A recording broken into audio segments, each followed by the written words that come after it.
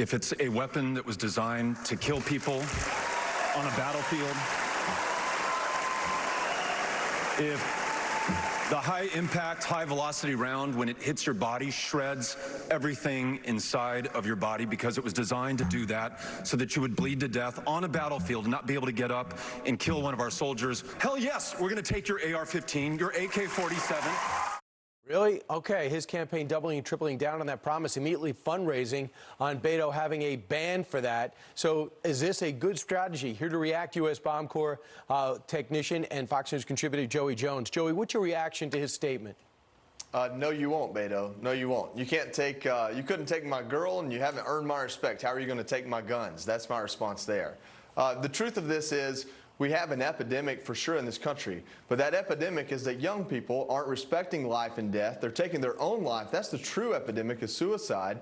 There is a gun violence problem, but there isn't a piece of legislation Washington, D.C. could pass that would take the guns used in places like Chicago off the streets because they're already owned and used illegally.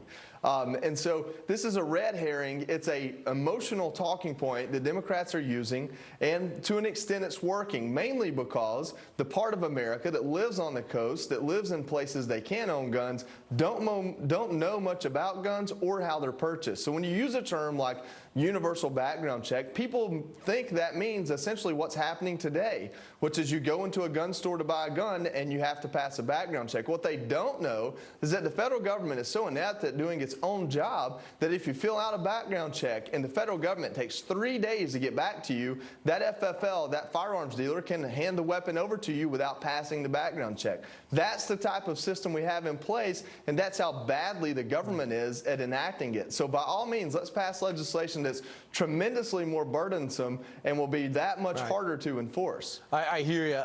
A couple of things. The president's already done the Fix NICS program to update the background checks. He's already got rid of bump stocks, and now he's considering things like the FBI being notified if you fail a background check. I have no problem with that.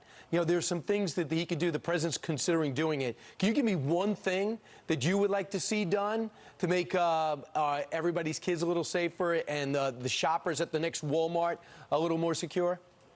Yeah, absolutely. I would like for people to quit having this debate the way we're having it, to quit having it in an uninformed and impassioned way, because I truly believe these crazy people that take guns and do bad things are just as much inspired by the fact that they're contributing to a vicious national debate as they are by anything else. The second thing I would do is I would love to have law enforcement in every city in this country have the ability to throw the book at people that commit gun crime instead of using things like their ethnic background or low income as reasons for them not to go to jail. Those things are things we can fix through other programs. People that are a certain race should never be targeted, but to use that as a reason to not put someone in jail who's used a gun in a crime makes no sense. You have another area of expertise. It's the military and war. Pete Buttigieg, the mayor of South Bend, says this president is taking advantage and using troops to his advantage. Listen.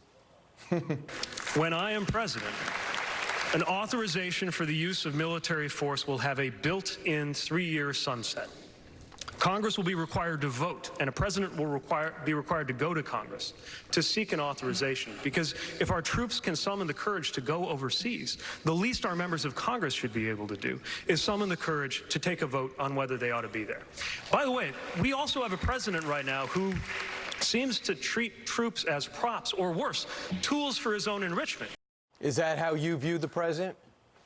No, this is another baseless statement trying to attack the character of Donald Trump without attacking the legacy or I guess you would say the track record of Donald Trump. The fact is, when you talk about Congress using authorization to send us to war, this is a Congress that can't decide to pay the bills until the final hour, and then they ask for extensions over and over again to get the bills paid for the next 2 weeks or 3 months. You think that kind of Congress would be responsible and pass legislation to send us to war the next time a 9/11 happens? That's asinine. I would love to have a Congress that would enact and go out and do something when we have people attack us, but the truth is we need some sort of continuity. People call this an 18-year war. That's a lie. This is a war that has been fought over and over again for 18 years, but it's been many wars because there have been many presidents and many elections, and unfortunately, the political narrative and campaign slogans like "bring our troops home" take precedent over keeping us safe. The one thing thing you did not hear on that stage last night was one idea on what they would do differently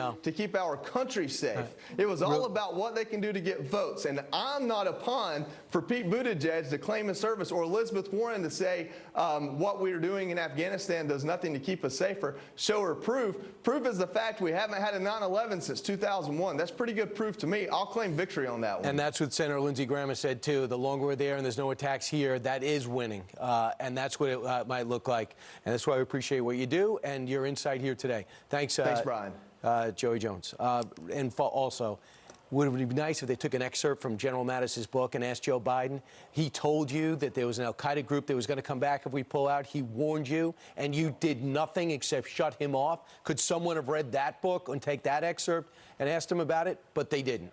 Meanwhile, 29 minutes before the top of the hour, the mystery of a mystery.